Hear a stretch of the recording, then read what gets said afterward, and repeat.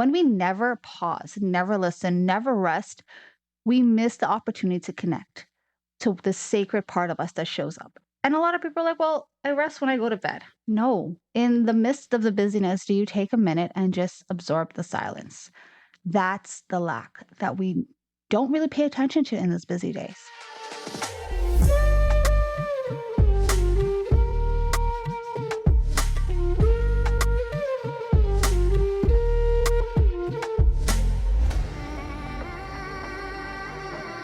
Hey everyone, welcome back to A Talk with G, the podcast where we explore ancient wisdom, modern wellness, and everything in between.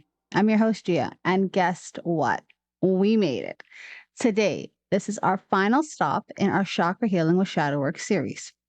We've journeyed from grounding energy of the root all the way up, and now we arrive at the Crown Chakra, also known as Sasahari in Sanskrit, which translates to the thousand-petaled lotus.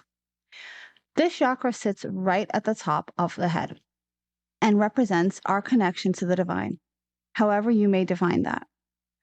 It's the space of spirituality awareness, higher consciousness, and the knowing that you are part of something so much bigger than yourself. It's the seat of unity, of trust, of surrender. But let's be real. In a world that is constantly pulling us outward, it can feel really hard to access this space. Many of us are disconnected from our spiritual selves, not because we don't want to connect, but because life, trauma, survival mode can leave us feeling spiritually numb, skeptical, or even isolated. So, in today's episode, we're going to explore what the crown chakra really is. Not just the mystical language or lofty ideas, but what it means to embody this energy in your everyday life. We'll talk about spiritual bypassing, trusting wounds, and what it looks like to heal your relationship with divinity, especially when life has felt anything but divine. This is your reminder that you do not need to have all the answers to be spiritual, that it's okay to doubt, that being connected isn't about perfection, it's about presence. And by the end of this episode, you'll have a better understanding of how the crown chakra supports your healing, your purpose, and your sense of peace. And of course, I'll be sharing tools, journaling prompts, affirmations, and rituals that'll help you realign with your inner light. So take a deep breath and let's rise together. Let's open the final chakra in our journey, the crown chakra, Sasahari, the name that means 1,000 petals. If you've ever seen a lotus flower in full bloom, you can imagine just how expansive and sacred the energy is. While the root chakra was about grounding and survival, and the third chakra was about perception and insight, our crown chakra is all about consciousness. It's the bridge between our individual self and the universal source of energy. Some call it the source of God, spirit, the universe, higher self. It doesn't matter what name resonates with it. What matters is that this chakra is your connection to something greater. Located at the very top of your head, the chakra governs divine wisdom, trust, and spiritual enlightenment. It's associated with the element of 1,000 lights, which isn't quite tangible because the chakra deals with what's beyond the physical. It's where the ego softens and our sense of separation dissolves into oneness. In yogic tradition, the crown chakra is seen as the final destination of the Kundalini energy, the life force that travels up the spine, activating and balancing each chakra along the way. When it reaches Sasahari, it's said to bring a state of bliss, enlightenment, and connection with infinity. That's the symbol of the 1,000-petal lotus. It's the blooming of the soul. The color usually associated with this chakra is violet or white. Violet represents spirituality, insight, and sacred wisdom, while white holds all colors. It symbolizes purity, unity, and divine consciousness. You might visualize either color when meditating or setting intentions around this chakra. In Ayurveda, the crown chakra transcends the doshas. It's beyond the physical imbalancement, but it's still impacted by the way we live our lives. A lack of routine, disconnection from purpose, or over-identification with ego, or even spiritual confusion can make this chakra feel dim or closed off. When our root chakra is balanced, we feel a deep sense of peace and surrender. Life doesn't feel like it's happening to you. It feels guided, connected, and in flow with something greater. You can trust the unfolding even when things aren't perfect. But when the chakra is blocked, life can feel heavy. You may struggle with a purpose, experience depression, disconnection, or feel like you're going through the motions with no deeper meaning. And sometimes, especially in the spiritual world, we overcompensate by escaping, relying on spiritual bypass, or always reaching for the mystical instead of staying present in the real. So today, let's start exploring all of that. How this disconnection shows up, how to trust the wounds, where our shadow is hiding within this mystical area. Because here is the truth: spiritual connection isn't about being perfect or having it all figured out, it's about creating space for grace. And let's start going there together. Now that we've explored what the chakra is, the energy center of divine connection, trust, and spiritual awareness, let's talk about its shadow.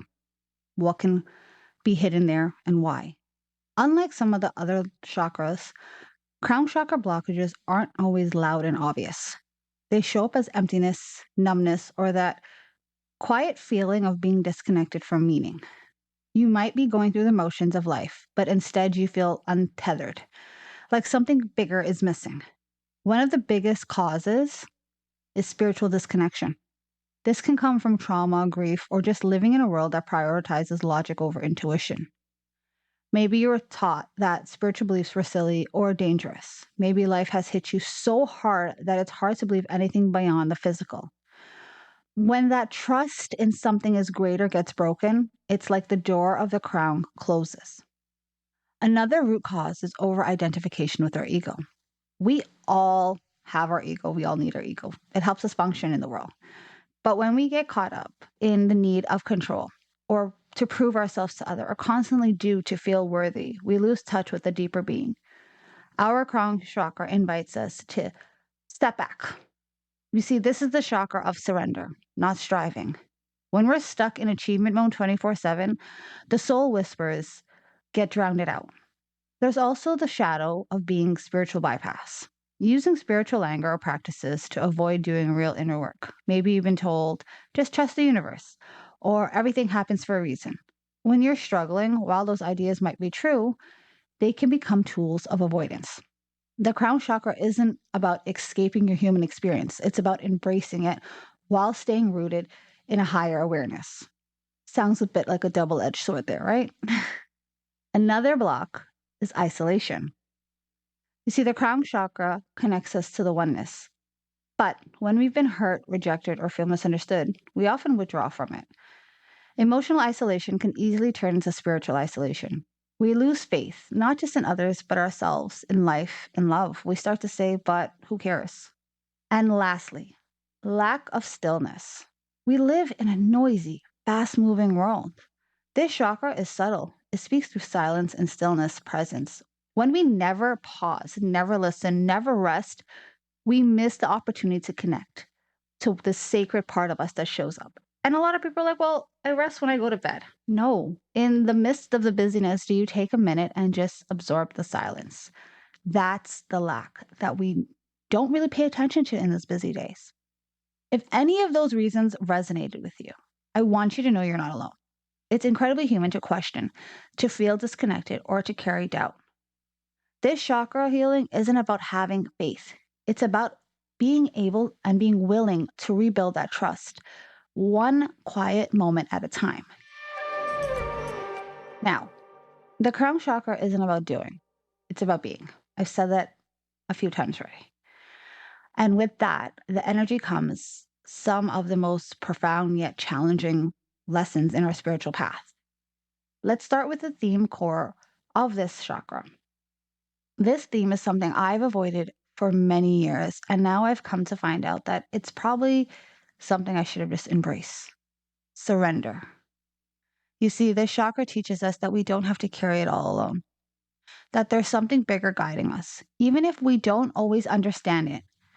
But surrender isn't always peaceful at first. It could feel like letting go of control, of ego, of certainty. And that's scary, especially if control has been your way of surviving. The lesson here is that the real power often comes from softening, not resistance. Another huge theme is trust. Many of us will say, but I do, but I do. In reality, we don't. And what do I mean by that? Trust in yourself, trust your path, and trust the unseen. If you've experienced betrayal, abandonment, or trauma, trusting life or any kind of divine presence can feel impossible. But healing this chakra means learning to rebuild that trust slowly, gently, not through blind faith, but through the tiny moments of presence, signs, synchronicities, and learning to listen to your intuition again.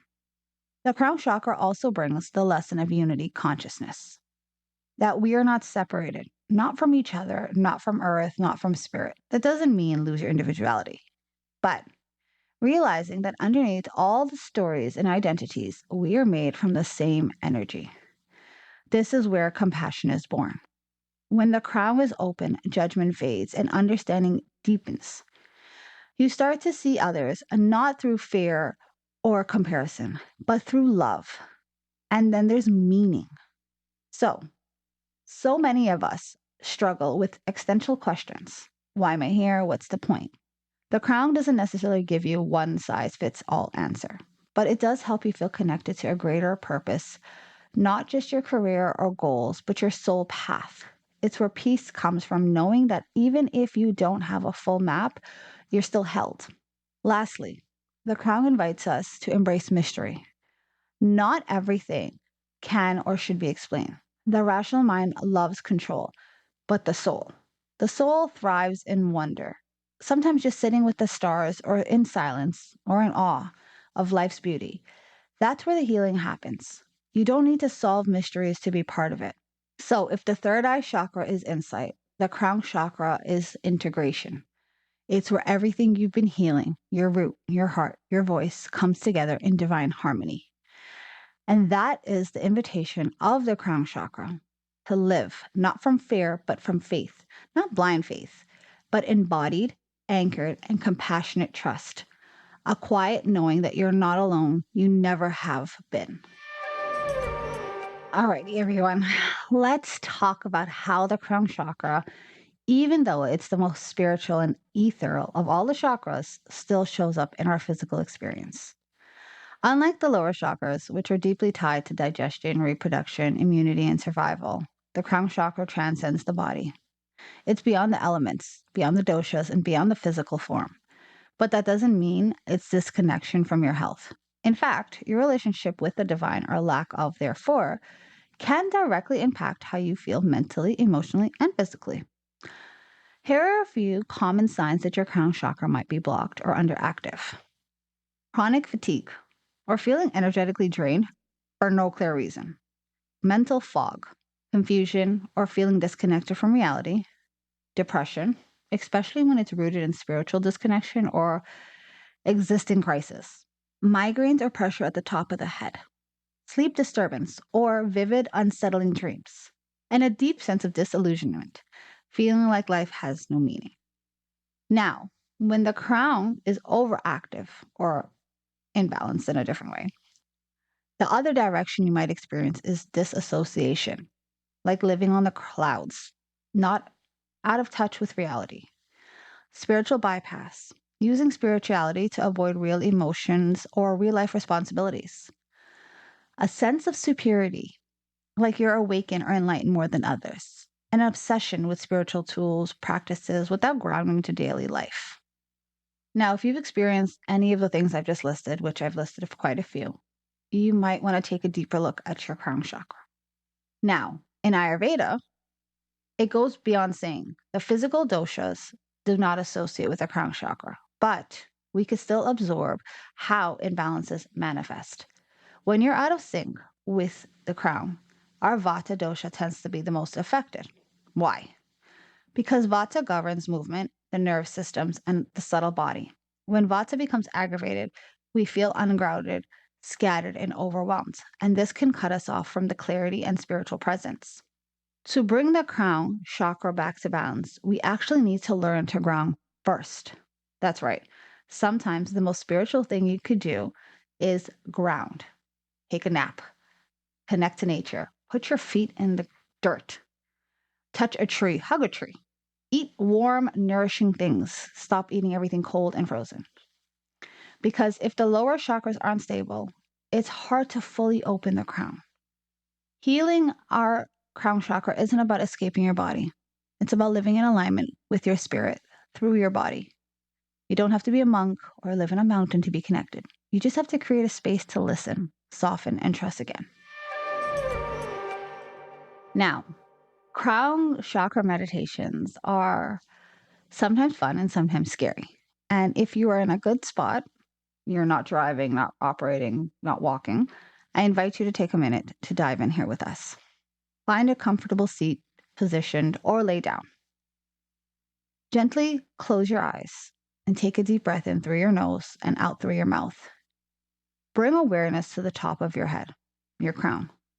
Visualize a soft, glowing, or white light, gently shining above you, like the petals of a lotus slowly opening. With each inhale, imagine this light pouring into your crown and filling your body with divine peace. With each exhale, release any tension, doubt, or need of control. Repeat this softly in your mind. I am open to receive. I trust the flow of life, and I'm connected to all that is. I invite you to sit in this energy for a few moments, and when you're ready, gently open your eyes. You see, what I did just now was show you that meditation doesn't have to be complicated. It doesn't have to be overly long. It's about tuning in, learning to be with yourself in the stillness and invite grace even when your mind wants to answer. Now, I'm going to give you guys some affirmations you can use to realign your crown chakra, even when you're walking, driving, or in the hustle of the bustle. Speak these out loud or whisper them to yourself or write them in your journal. Here are the 3 that I find work the best. I surrender to the flow of the universe. I trust in something greater than myself. I am guided, I am love, and I am light. You can use these affirmations as a part of morning rituals, during a walk, driving instead of yelling at traffic like I do, or even while sipping on your tea in silence. The key is presence. The more you show up with sincerity, the more this energy center awakens, not from force, but from truth. Now, I've said this before and I'll say it again. Journaling is one of the most powerful ways to connect to the divine. It's the most powerful way to connect to yourself, actually, because it allows the unconscious to speak. When you write without judgment, you create a sacred space where your soul can reveal what your mind may not yet understand. I'm going to give you guys some guided prompts to help you reflect on your crown chakra and deepen your spiritual awareness. You don't have to answer them all at once. Take your time and let them stir something within you. First question. What does spiritual connection mean to me? Is it tied to religion, nature, ancestors, the universe, or something else? Second question. Where do I struggle with trust in life, in others, or the unknown? How do those trust wounds show up in your daily life experience? And the third question. If I believed that I was fully supported by the universe, how would I live differently? What risk would I take? What fears would I release? I've only given you 3 out of a bunch I could really give you. But those 3 would start to open up any path you decide to go down. And remember to be authentically real and raw with yourself when going through these journal prompts. They're not for no one's eyes. They're not for anyone to read and give judgment. This is between you and your pen and paper. Enjoy yourself. Enjoy the fact of releasing any thought you have with these questions. Now, this chakra is subtle. It's not about physical strength or flexibility. It's about stillness, surrender, and spaciousness. So, I'm going to invite you guys and give you guys some yoga poses best for this specific chakra. These are the ones that are calm. They calm your nervous system, quiet the ego, and open up the upper energy channels to invite light and clarity in. The first one, it's called easy pose, Saskahasa, with the Jan Mudra. So you're going to sit comfortably with a straight spine. Place your hands on your knees, palms facing up. With the index finger and the thumb touching, Jan Mudra, gesture of wisdom. Close your eyes and deeply breathe. Focus on your crown. Imagine light flowing in from above. This pose cultivates inner stillness and invites divine connection. This next pose I'm giving you guys is optional. Don't do it if you feel stable. Don't do it if you don't trust yourself to feel in this way. And only for those who dabble in yoga a little more than the regular. It's a headstand. It's completely optional. This immerses you to literally support a headstand. You're going to go up. If you can go up against the wall, you can do that too. But this is to simulate the circulation of the brain and crown center, promoting clarity and awakening. You can use a wall or someone next to you to build the comfort with this pose. The headstand can help activate a crown chakra, but should be practiced with care. Do not do something because you thought it was a good idea and you can hurt yourself. This third one is Viparian. It's legs up against the wall. Lay on your back and extend your legs up against the wall. Relax your arm by your sides, palms up. Close your eyes and allow your breathing to slow. This restorative inversion calms the mind, reduces anxiety, and promotes spiritual clarity. And I'll give you guys an extra one because the second one I gave you is more for experienced yoga practitioners. Sanvansi, the corpse pose. Lay flat on your back with your arms relaxed and legs extended. Soften your entire body. Imagine you're like sinking into the mat beneath you and release control. Visualize a violet or white light at your crown, gently expanding. Sasavansi is where integration happens. Allow yourself to rest and receive. Optionally, you guys can also chant Om. While seated in meditation or Sasavani, gently chant Om, the universal sound of creation. Feel the vibration rise from your lower chakras and echo into your higher chakras, all the way out your crown. And just like that, we've reached the final petal in our chakra journey, from root to crown, from survival to spirit. I want to thank you for walking this healing path with me. The crown chakra invites us to surrender, to let go of needing all the answers, and to remember that being human is spiritually enough. Healing isn't about transcending our lives, but about fully being present in them, with grace, with trust, and with openness to something greater. If this episode sparked something with you, if it helped you reconnect with your spirituality, self, or offered a new way to look at healing, I'd love to hear about it. You can message me on Instagram or TikTok or leave a review. Or let others know. If you feel like this is something someone might need, let them walk this journey. And hey, don't forget, if you're ready to go deeper, the Crown Chakra Healing Workbook is available now on my site. Inside, you'll find more guided meditations, shadow work prompts, rituals, practices to help you stay grounded and spiritually connected. It is your sacred space to keep growing even after this episode ends. Until next time, stay rooted, stay open, and remember, your presence is power.